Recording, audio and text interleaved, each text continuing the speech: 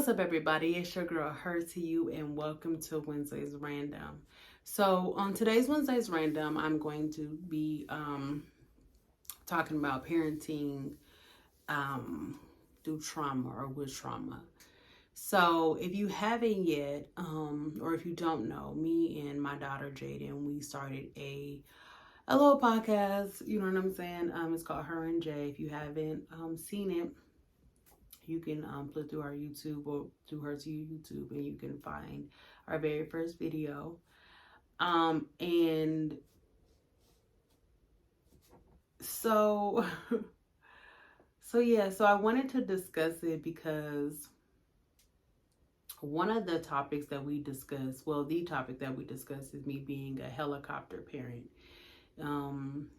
which I am.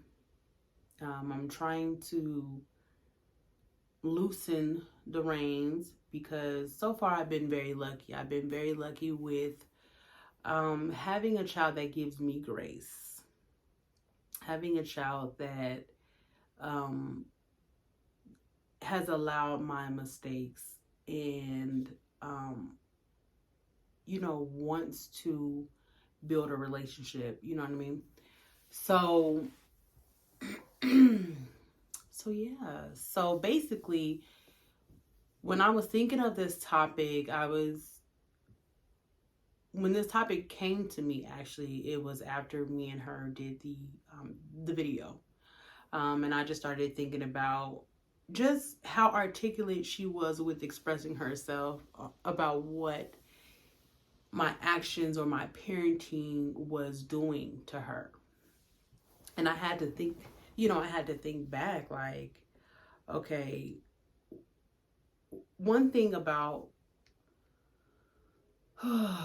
my parenting, like, if you ask me what my parenting style was, like, I can't really answer that question really, like, because my parenting style has changed over the years. The only thing that has been consistent is the fact that I am a strict parent, that I've been a helicopter parent, that I am a worrywart, you know what I'm saying? Those things have been very consistent. So, when I had Jaden, I became a single mom with Jaden when she was 6 months. And when I say OG single, like OG singlehood, like stage 100, because of the fact that her father is not in her life at all. Like, I have made all the decisions in regards to Jaden. So, and I don't take anything away from other people who identify as single mothers, whether they're in a relationship or what. I don't take anything from it, but having being solely responsible for someone's life and not having any participation at all, it's cool at times, but then it's very hard. Like, it's cool because you are in control, and if you're a person that likes to be in control, then you're okay with that. You don't have to wrestle with no one else's opinion. But in hindsight, and excuse me, once your kid starts growing up and starts seeing other things, and you start understanding the importance of that relationship, then, I wouldn't want the control, if I had it any other way. But that's just what it is. So my approach to parenting, was one, because I just became a single mother. I was 23 years old. Those were my circumstances. I had moved out. We had our own place. So this is just me and my child, 6 months old. So it was survival, right? So my approach to parenting at that point was survival. It was to be independent. That was a goal. That was always my goal, was to make sure that I was independent, make sure that I could take care of her. So yeah, and that I didn't need to rely on anybody. So yeah, that was my style. And the only thing I knew was that I didn't want to be like my mother. And that was it. That was it. And if I could tell my 23-year-old self anything, it basically would be like, nah, sis, like that should have, you should have made a plan. You should have really made a plan, because at that moment in time, that was a beginning. No matter how it looked or how sad it was, or how hard it appeared like life was going to be, you still got to make a plan. Like life is going to move, life is going to go. And so I wasn't able to tell myself that at that time. So that's what I did. And because I wasn't parented, I didn't get parented. And that's the thing that I'm starting to understand now with my parenting style, is the reason why you really can't say or do anything of it is because, one, you wasn't parented. Like my mother, y'all, I can't remember a lesson that I was taught. I'm not even gonna lie to y'all. She didn't even have me in the kitchen to cook, and she could really, really cook. Like my mom, like even in school, like my mom would come to the first day of school my mom would register me, and then she'll come to the last day of school, if it was the last day of school, for those prominent years, when you're in 5th grade, 8th grade, you're moving on, like, because she had to, you know what I'm saying? So, man, so yeah, so I realized, like, dang, like, yeah, this isn't parenting. And so I realized watching that video back that when I was talking to my daughter and explaining to her that, yeah, even though this world is dangerous, it very much so is, right? But I also am projecting not my fears on her. I'm not projecting my fears on her. I'm projecting what I was doing at her age, because I had no supervision. I was able to do whatever it is that I wanted to do. And even when I was out doing whatever I wanted to do, I always yearned for some type of structure. I yearned for a plan. I yearned for, direction, right? I got adapted to learning the hard way. And so when my daughter is faced with these circumstances and these things that she's going through, which isn't crazy, it's just normal stuff, normal things that you go through in high school, middle school, elementary school. I've always approached them as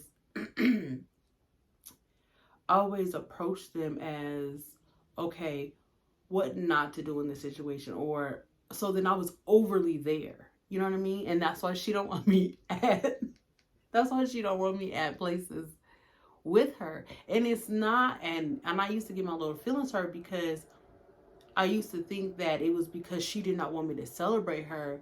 It was just because I smothered her, right? So with me, because my mother was not at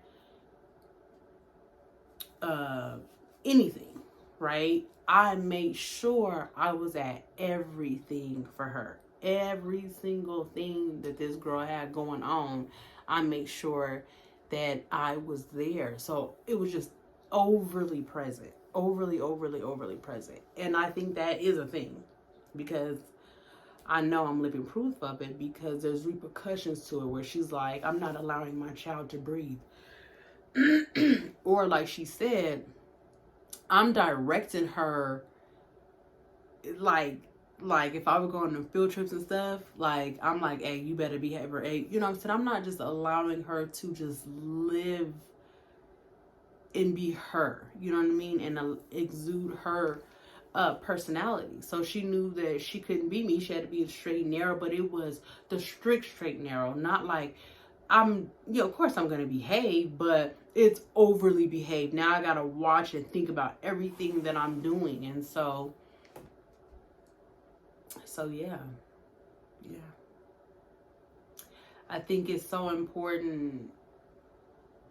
It's so crazy how just people just have kids. Because I remember, like, when I was that age and stuff, and everybody just wanted kids. We just wanted kids. We just wanted kids. And to think about what I know now, that just was so foolish of us. It was so foolish of us to do that, because once you make an impression on a child, on a kid, or you just have like this life that you can help direct which direction they can go, whether it's good or bad, whether you want to do that or not, whether that's your intentions or not. Like, it can be that because you haven't really dealt with what you need to deal with. You know what I mean? As a person, you don't even know who you are. At 23, I definitely didn't know. And that was like my little first relationship. I definitely didn't know who I was and what I was doing. Or even my choice in her father was wild. But here we are now. My child's about to be 16 years old. She's so close to living her own life. And I'm just now learning to stop smothering her.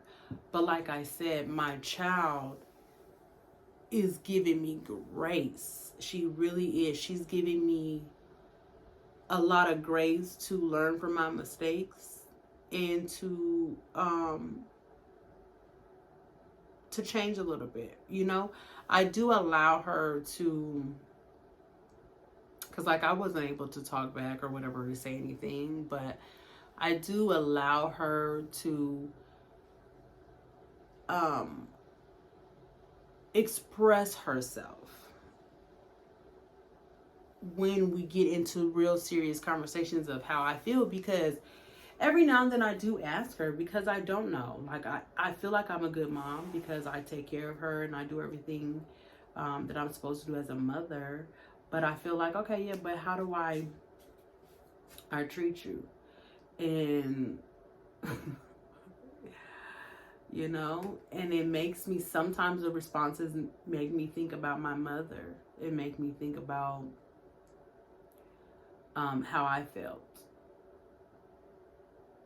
And so,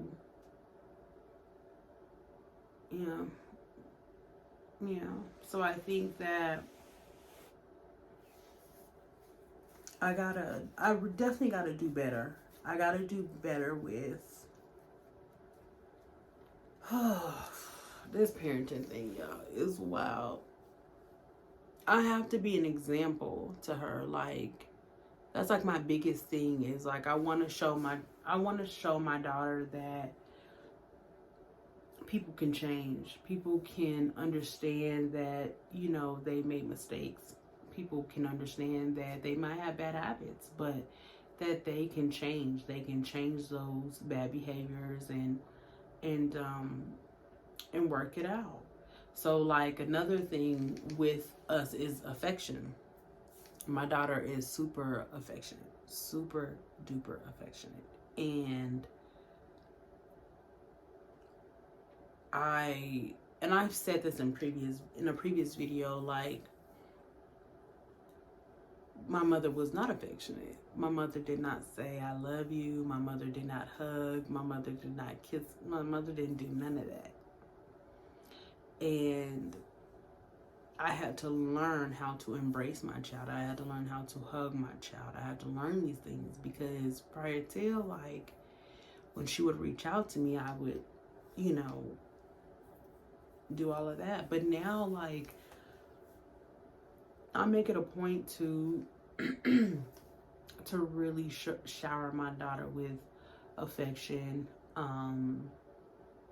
Like, when I think about it, anytime I like think about her, I'll just send her a text. Even though I know she's at school, I'll send her a text just to let her know, because my daughter's love language is words of affirmation.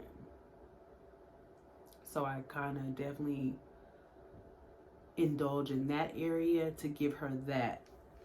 And that's what I had to learn. That's what I'm learning about her, is just kind of trying to learn her on a friend level. Not saying that I'm not being her mother, because I am. She know I don't play. There's things that I do not play about. But I'm allowing myself, especially since I'm respecting the fact, I'm trying to respect, I am respecting, but when I say trying to respect, because it's boys, but I'm trying to respect her growing up, right? And I know she's going to be in a different space where she can truly turn me off, right? And I want to be in that space with her. I want to be able to have that do-over where, okay, mommy was strict and she was hardcore in my, when I was younger, in my younger years. But now my mama, she's straight. She cool. We can talk. We can have fun together. We can indulge. She can, tell me things. And I've been giving her that space a lot. Like, hey, every night, I'm like, okay, is there something you want to talk about? Is there anything like that? And sometimes yes or no. I'm learning her, what do you call them? I'm not saying triggers, because it's not, but I'll just say triggers, because what it is she'll come to me and she'll be like, my stomach hurts, or my heart, or it's just something that she'll say that I know that it's something that she wants to talk about. And so I'm like, do you want to talk about it? And she's like, well, I don't know what it is. And so then all I have to say is, okay, well, when you're ready, you can come talk to me. And giving her that space to kind of gather her thoughts and then come talk to me, that's been working. Like I said, there are some other things that I'm ready to pop her for, but that's because, she's still a teenager. She's a whole teenager, so she's still a teenager. So those things, we're on that. But my goal with my child is, if I don't get the chance to get my mother and build my relationship with my mother, I don't want my daughter to know of that dilemma with her own mother. I don't even want her to even think, like, there's what? Never not talk to my mother. Like, what? That's not a thing. You know what I mean?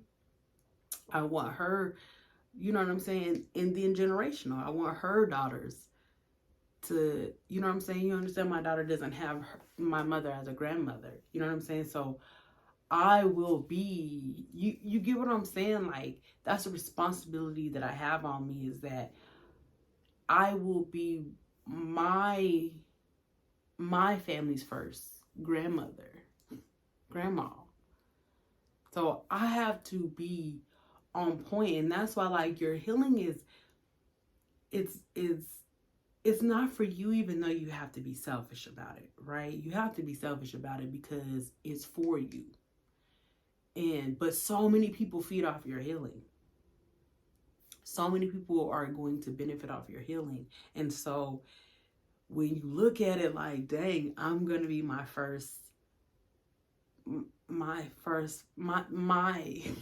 family's first. Like, I am the head. Right now, I'm the head. I am the head. And I have to show my child what it's like to have a healthy relationship with her daughter. So then she can have a healthy relationship with her children. so then I can have a healthy relationship with my grandchildren. So then my child can have a healthy relationship with her grandchildren. See what I'm talking about? Like, So yeah, so that's why it's just super important. Like, it's just really important for me to make sure that even though, yes, I am currently parenting through trauma, but that while I'm healing, that I don't jeopardize my relationship with my child and blame it on my healing, right? Like, because I was doing that, like, because I was going through so many emotions that I'd be so frustrated that I'm like, back, move, you know, not realizing that I am doing the opposite of what I'm trying to do. Like, how do I push how do I push away the person, or don't show, or don't have affection, or, you know, show unconditional love for somebody that I'm saying, but I'm doing this for you. So, I'm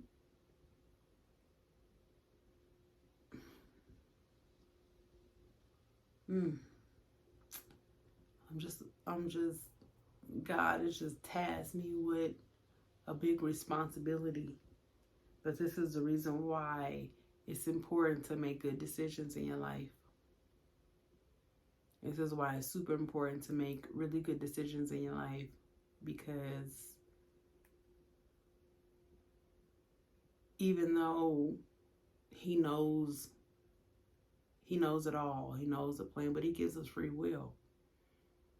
This might not have been the path he had chose for me. This might not have been it. But because I have free will and I chose to take control and choose who I felt fit, then this is now the road that I have to take. So, yeah. But anyways, that is it for Wednesday's Random. Y'all know how it goes. We back to random. But no, this is for real though. Parenting through trauma. Like, a question for you guys. Do you find yourself, or do you even pay attention to things that you do that maybe your parents have done that you're like, nah, I need to change that? Have your children, especially like when your children get older and they're really able to let you know about yourself, have your children ever kind of woke you up to where it's like, nah, I don't like how you do it, or I don't like how you talk to me? You know what I mean? Where you've accepted and really understood where they was coming from, and you're like, you know what? I can't have a thing where I'm trying to heal from childhood trauma if I'm creating childhood trauma. So yeah, so you already know how this goes. Thank you for tuning in to Wednesday's Random. Drop a comment below. Answer any of those questions. And don't forget to follow, like, share, and subscribe to Her to You. And until next time.